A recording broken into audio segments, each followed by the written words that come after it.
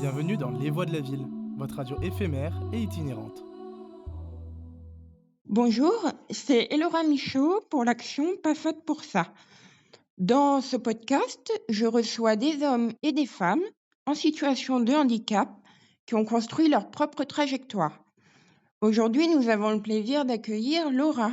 Bonjour Laura. Bonjour. Laura, est-ce que tu peux commencer par te présenter? Oui, bien sûr. Donc moi, c'est Laura Mailleux, j'ai 26 ans. Je suis nageuse, handisport, écrivaine, psychologue. J'ai pas mal de cordes à mon arc. Et mon handicap, c'est que j'ai été amputée des 2 jambes à l'âge de 10 mois. Est-ce que tu peux nous en dire un peu plus sur ton handicap? Comment ça se passe pour toi au quotidien? Oui, alors déjà, mon handicap, c'est un handicap de naissance. Quand je suis née, j'avais pas de tibia. Donc les médecins ont proposé plusieurs options à mes parents et mes parents ont choisi l'amputation pour que je puisse avoir des prothèses et dans l'espoir de marcher comme tout le monde. Et au quotidien, j'essaye d'être au maximum comme tout le monde. Je me déplace seule, je vis seule. Voilà, j'ai une autonomie maximale. Le handicap me crée surtout de la fatigue et des douleurs, mais sinon, voilà, je nage tous les jours, j'ai choisi mon métier d'écrivaine. Voilà, le handicap a un impact sur mon quotidien, mais j'essaye qu'il soit le plus minime possible. Laura, est-ce que tu peux m'expliquer ce que veut dire tibia? Alors le tibia, c'est un os de la jambe. Et en fait, vu que je n'avais pas le tibia, mes jambes étaient un peu comme une marionnette, si tu veux. J'aurais pas pu m'appuyer sur mes jambes et elles n'étaient pas utiles. En tout cas, j'aurais pas pu marcher avec. D'accord. Laura, est-ce que tu peux nous dire comment s'est passée ton enfance avec tes handicaps? Comment tu as fait pour affronter les obstacles? Alors, dans mon enfance, j'ai pas énormément de souvenirs.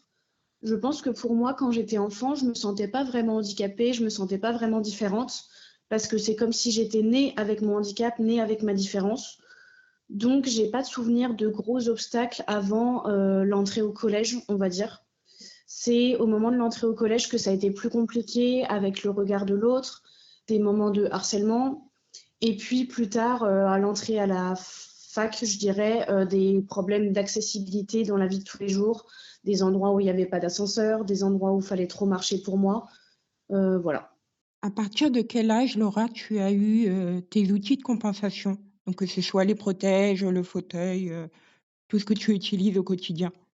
Alors, j'ai jamais utilisé de fauteuil roulant dans mon quotidien. J'ai toujours eu des prothèses, mais j'ai marché avec mes premières prothèses à l'âge de 18 mois. C'est juste qu'au fur et à mesure de ma croissance, les prothèses ont évolué. C'est-à-dire qu'au début, j'avais des prothèses qui ne pliaient pas. Il n'y avait pas de genou, d'articulation. Et petit à petit, voilà, il y a eu des améliorations, mais j'ai toujours eu des prothèses. Le fauteuil roulant, je l'utilise uniquement à la piscine. Quel genre de problème tu rencontres, Laura, au quotidien avec tes prothèses? Il y en a pas mal. Je vais essayer de faire une liste qui sera non exhaustive. Rester debout longtemps, ça peut être compliqué, ça va vite me fatiguer et je vais être un peu instable. D'accord. Marcher longtemps aussi, ça peut être fatigant. Les escaliers, c'est compliqué, que ça soit les descendre ou les monter, c'est assez éprouvant. Ensuite, la chaleur. La chaleur, c'est très compliqué avec les prothèses parce que je vais beaucoup transpirer et du coup, je vais avoir tendance à les perdre. Voilà. Et sinon, ma démarche elle est assez fluide maintenant, mais elle est quand même pas aussi fluide que quelqu'un de valide. Donc, ça va me créer des douleurs dans la colonne vertébrale qui va m'obliger à aller chez le kiné. Laura, quels ont été tes objectifs quand tu étais, adolescente ou comment tu as trouvé ta voie? Quand j'étais adolescente, je voulais être écrivaine. Je voyais pas ça comme quelque chose d'atteignable, mais je sais que j'aimais écrire, que c'était mon moyen d'expression préféré. Et je me souviens avoir écrit dans mon journal intime en 2012, plus tard, je serai écrivaine. Donc aujourd'hui, tu es écrivaine, Laura. Est-ce que tu veux nous raconter un peu ton parcours jusque-là? Oui, il y aurait beaucoup de choses à dire. Je vais essayer de faire court. J'ai commencé à écrire mon premier livre quand j'étais au collège. Je l'écrivais sur une plateforme qui s'appelle Wattpad. C'est là où on peut publier des écrits. Et en fait, c'était un livre qui était un peu comme un journal intime pour moi. Et 10 ans plus tard, je me suis dit, j'ai des textes dans mon ordinateur, j'ai plus envie de les garder pour moi, il faudrait que je les partage. Parce que ces textes, ils sont importants pour moi. Ils parlent de handicap, du regard de l'autre, de plein de choses dont on parle encore pas assez. Donc voilà, je l'ai publié. C'était en quelle année? C'était en 2021 que j'ai publié le premier. Waouh, bravo. Merci. Donc voilà, j'ai publié le premier et j'ai eu beaucoup de retours très positifs qui m'ont qui m'ont donné envie de continuer dans cette voie. Mhm. Et donc du coup, depuis, j'en ai publié un par an, principalement des recueils de poésie, des autobiographies, des journaux intimes. Et l'année dernière, en 2025, j'ai publié mon premier roman. Bravo Laura, parce que c'est énorme ce que tu as fait. Merci, c'est gentil. Et ce roman, comment s'appelle-t-il? Est-ce que tu veux nous en parler un petit peu? Oui, ce roman, il s'appelle À mon inconnu. C'est une romance épistolaire. Donc, c'est deux personnes qui s'écrivent des lettres. Principalement, c'est Lou qui commence. Lou, elle a 18 ans. C'est l'été, elle s'ennuie, elle se sent seule. Donc, elle se dit, je vais écrire des lettres, je vais les déposer sur un banc. Et peut-être que quelqu'un me répondra, deviendra mon ami ou peut-être plus. Voilà, elle est remplie d'espoir quand elle écrit ses lettres. Ah, c'est magnifique. Donc, il s'agit d'une relation entre une personne qui écrit des lettres et donc un inconnu qui lui répond, j'imagine, au bout d'un moment. Est-ce qu'on parle de handicap dans ton roman? Oui, la plupart de mes livres parlent toujours de handicap d'une manière ou d'une autre, et dans celui-ci, la protagoniste, Lou, est amputée d'un bras. Donc, quelque part, tu parles un petit peu de toi, Laura.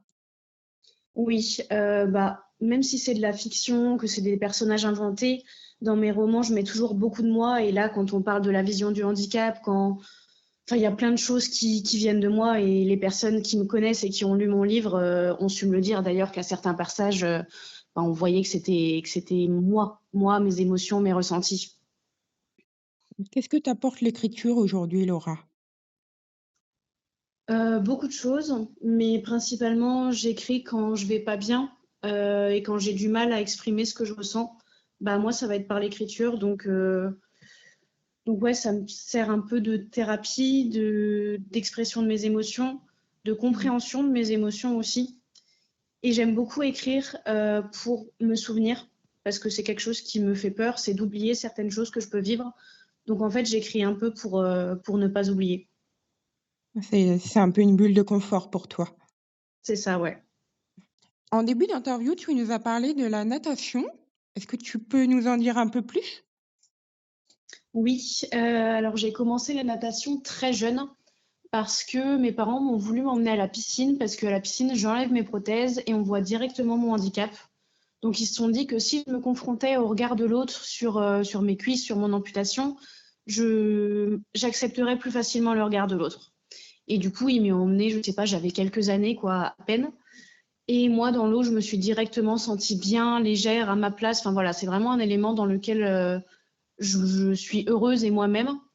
Donc, moi, j'ai voulu continuer. Je nageais 3 fois par semaine et puis d'année en année, de plus en plus, jusqu'à faire des compétitions handisport à partir de 2012, où j'ai eu des titres au championnat de France, des records de France. Donc aujourd'hui, Laura, tu en es où dans la natation? Alors aujourd'hui, j'ai arrêté les compétitions handisport parce que voilà, j'en ai fait 12 ans, je pense que j'en avais un peu marre. Mais je fais des compétitions master. C'est pour les personnes qui ont plus de 25 ans et pour les gens valides. Donc, je nage contre des gens qui ont leurs deux bras, leurs deux jambes.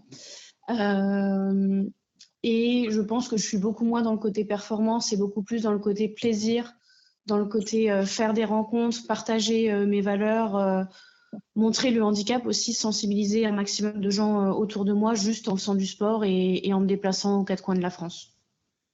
Vraiment félicitations Laura, parce que c'est magnifique d'en arriver là. Tu nous as parlé aussi de psychologie, donc tu es psychologue aujourd'hui? Alors non, j'ai un master en psychologie, j'ai fait 5 ans d'études, mais pour l'instant, je me consacre à 100% à l'écriture parce que j'ai plein de projets à écrire, à publier, et je veux me donner une chance dans ce milieu-là. Peut-être que je serai psychologue dans quelques années, on verra ce que l'avenir me réserve. Est-ce que d'avoir fait ce master en psychologie, heu, tu sens que ça t'a aidé au quotidien, Laura?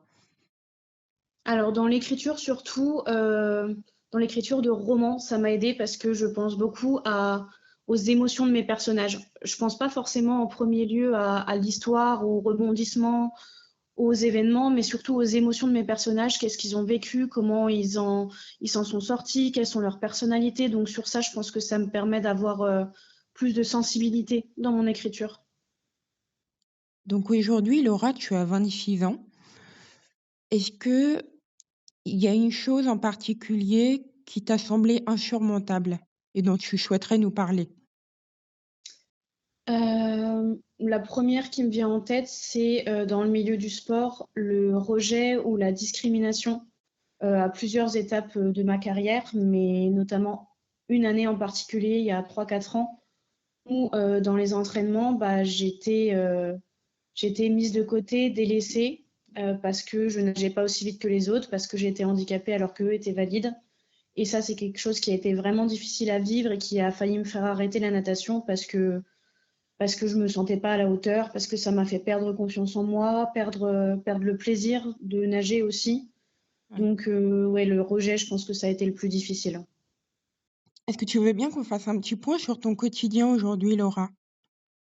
Oui, bah, mon quotidien aujourd'hui, je pense que je suis épanouie le plus possible. Je pense que j'ai trouvé mon équilibre entre le sport, entre le côté social, entre prendre soin de moi, l'écriture. Enfin, voilà, je pense que j'ai vraiment trouvé un vrai équilibre, et surtout dans le sport. Je pense que j'ai vécu pas mal de choses difficiles, comme je pouvais le raconter avant. Et aujourd'hui, bah, je sais pourquoi je nage. Je sais que je nage pour moi, pour me faire plaisir. Et c'est le plus important. Est-ce que tu as des projets maintenant, Laura, pour l'avenir? J'ai toujours beaucoup de projets. Là, j'enchaîne les compétitions de natation. Donc, les 3 prochains week-ends, je suis en compétition. Je vais sortir un livre d'ici quelques semaines, quelques mois. Et puis, j'espère en sortir d'autres dans les années à venir. Tu as un livre qui va sortir dans quelques mois. Est-ce que tu veux bien nous donner le titre, Laura? Oui, il s'appelle Rencontre et c'est un recueil de poésie sur l'amitié, l'amour, l'absence, le deuil, enfin voilà, toutes les personnes qu'on rencontre dans notre vie et qu'est-ce qu'elles nous apportent comme émotion, comme leçon. Donc aujourd'hui, Laura, tu continues la compétition, donc avec des personnes, qui ne sont pas en situation de handicap. Est-ce que tu as l'impression que tu as dépassé donc le regard des autres? Oui, tout à fait. Au début, c'était compliqué pour moi, mais après, j'ai grandi, j'ai mûri, j'ai appris et je pense que maintenant, enfin en tout cas sur les compétitions, j'ai plus du tout de problème pour le regard des autres. Au contraire, quand je vais en compétition avec des valides, c'est plutôt hyper valorisant parce que tout le monde me remarque, tout le monde vient me féliciter, tout le monde vient essayer de comprendre comment j'en suis arrivée là, quel est mon parcours. Enfin, c'est beaucoup dans l'échange et dans l'inclusion, la mixité. Donc, c'est vraiment des choses positives maintenant. Moi déjà, avant toute chose, j'aimerais te remercier, Laura. Merci pour ce beau témoignage, tout ce partage. Est-ce que tu souhaiterais donner un conseil ou un message, à toutes les personnes qui vont écouter ton interview? Et ben, merci à toi déjà pour les questions et de m'avoir accordé du temps. Je dirais que c'est important de trouver une passion, quelque chose qui vous correspond. Parce que moi, si j'avais pas eu l'écriture, si j'avais pas eu la natation, je serais pas la même personne, je serais pas aussi épanouie aujourd'hui. Donc, je pense que c'est important de trouver quelque chose qui vous correspond, qui vous fait du bien, qui va vous garder la tête hors de l'eau dans les moments difficiles. Et un deuxième conseil, parce que ça m'est venu pendant que je parlais, c'est de bien vous entourer. Parce que il y a des gens qui vont vous rejeter, vous critiquer, vous blesser, mais il y a aussi énormément de gens qui vont être là pour vous aider et vous tirer vers le haut. Moi, j'ai trouvé ces personnes-là et je vous souhaite de les trouver. Merci beaucoup, d'avoir écouté Laura. C'est Laura Michaud pour, l'action Pas faite pour ça. C'était Les Voix de la Ville, votre radio éphémère et itinérante.